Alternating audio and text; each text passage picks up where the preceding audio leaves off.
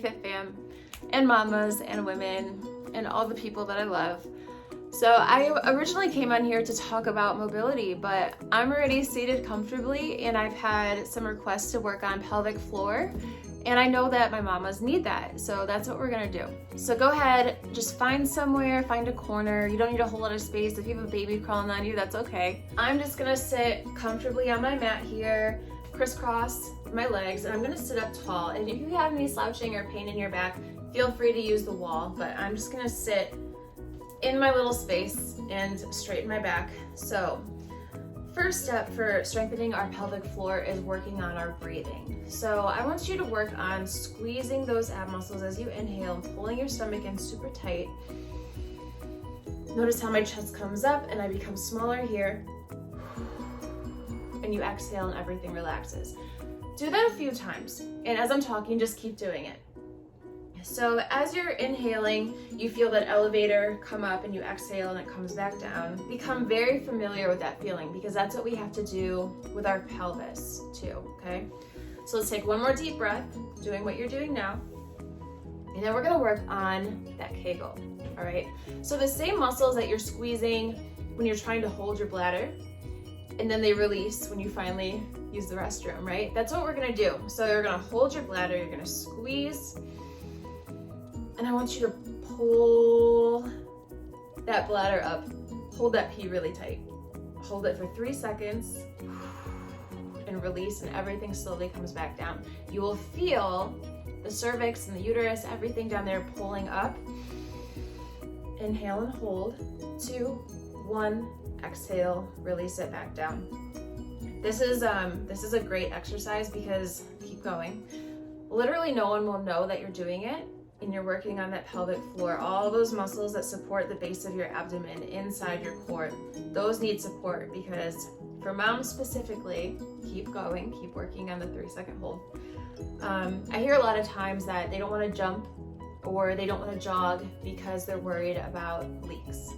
So this is what's going to help you prevent that, and it's also going to maybe bring more pleasure into the bedroom. So go ahead and strengthen those muscles. Hold, relax it back down. So I would say set a timer, set 5 minutes on the clock, and do this 3 to 5 days a week. And you're just gonna take those 5 minutes and you're gonna work on your breathing, pulling up, holding, and then bringing it back down. If you don't have 5 minutes, do it in the car. So sometimes I say, I don't have time to do my Kegel breathing today, but I'm gonna do it at the red lights. So I get to a red light, which usually lasts about a minute, and I'll work on it at the red light because what else do we have to do at red lights other than sit there? So that's my tip on how to get it in. Next movement. This is super easy. Again, you can do this at home with the kids, it doesn't matter. I'm gonna have you go to your back. And naturally you have this little gap underneath, right? So what we wanna do is we wanna push that down and you'll feel your belly button pull in and down towards your spine. So this is another thing that we're gonna do, and I want you to time your breathing with it. So you're gonna inhale as you relax the muscles. Let the belly fill as you exhale. Pull your belly button down to the mat. Sorry that you just had to hear me do that big exhale. I'm just doing it the one time. I want you to keep going. So inhale, relax, exhale, pull the belly button down to the floor.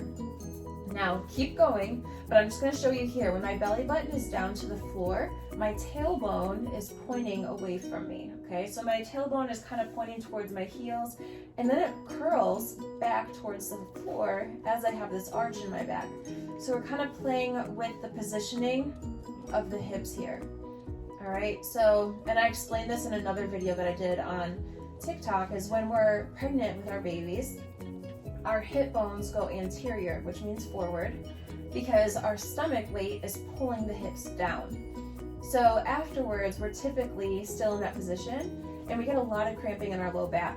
So working on this drill and pushing your back into the ground is going to do a lot of recovery for that anterior pelvic tilt and hopefully bring you back neutral and some back relief. Another exercise I'm going to have you do is cat cows and then bird dogs. And I only laugh because these are all animal names, so, and they're real. These are legitimate textbook names. So with your cat cows, you're going to pull your back up as high as you can as you inhale. Okay, my tailbone now is going down. Exhale. And I'm gonna bring my stomach as low as I can, and I'm gonna pull my tailbone up towards the ceiling. My shoulders are relaxed. Okay, go ahead and inhale again. Tuck your chin, pull your back as high as you can, and pull your tailbone down. Exhale, round the tailbone up, and pull your gaze to the sky. All right, so this, and you'll probably feel how good this feels. When you're doing that cat and you're pulling that low back flat, feels so good to get a long stretch to those muscles because they're usually curled back and kind of cramped throughout the day. Keep going here. And again, you'll want to do these a few times a week. I usually do this as a prep for the bird dogs, which is what I'm going to show you next, just because it's a reminder of that pelvic tilt from this position. So when your tailbone is pointed down, this is posterior pelvic tilt. And then when your tailbone is pointed out, which is how we usually stand throughout the day, this is anterior, and this is what we're trying to correct. All right, so find that flat back. Use a mirror if you need to. You're kind of in between your cat-cow now. This is gonna work your core because we're balancing on opposite hands and opposite knees. So this is a modified cat-cow, what I'm doing right now. Okay, so I'm gonna lift opposite hand, opposite knee, and I'm gonna see if I can do this without wobbling back and forth. If you're wobbling, literally, just pick it up for a second, okay? If you feel really comfortable here and you're like, I could stay here all day, then reach, hold that, and then bring it back in. Something really important with this reach, and I'll turn around so you can kind of see. If I reach my leg out and my hip turns to the side, it means my core is not stabilizing me. So I tell my clients, imagine you have a carton of eggs on your back. We want to make sure those eggs don't fall off. So reach, pull back in, land, reach, pull back in and land, and we're not swaying those hips. If your hips are swaying, take a step back, just go here. A kind of in-between thing you could do is you can slide the back foot out and keep your toe on the ground while reaching forward. All right, because this is also going to trigger that diagonal balance through the core. And those are my top movements for strengthening your core and your pelvic floor. If you have any friends with pelvic floor issues, maybe diastasis recti or core issues postpartum, please send them this video so that they can benefit from the movements as well. If you have any questions, leave a comment below, and if you'd like to work with me online for training, please find my link in the bio where you can submit your application and we can chat on the phone or Zoom.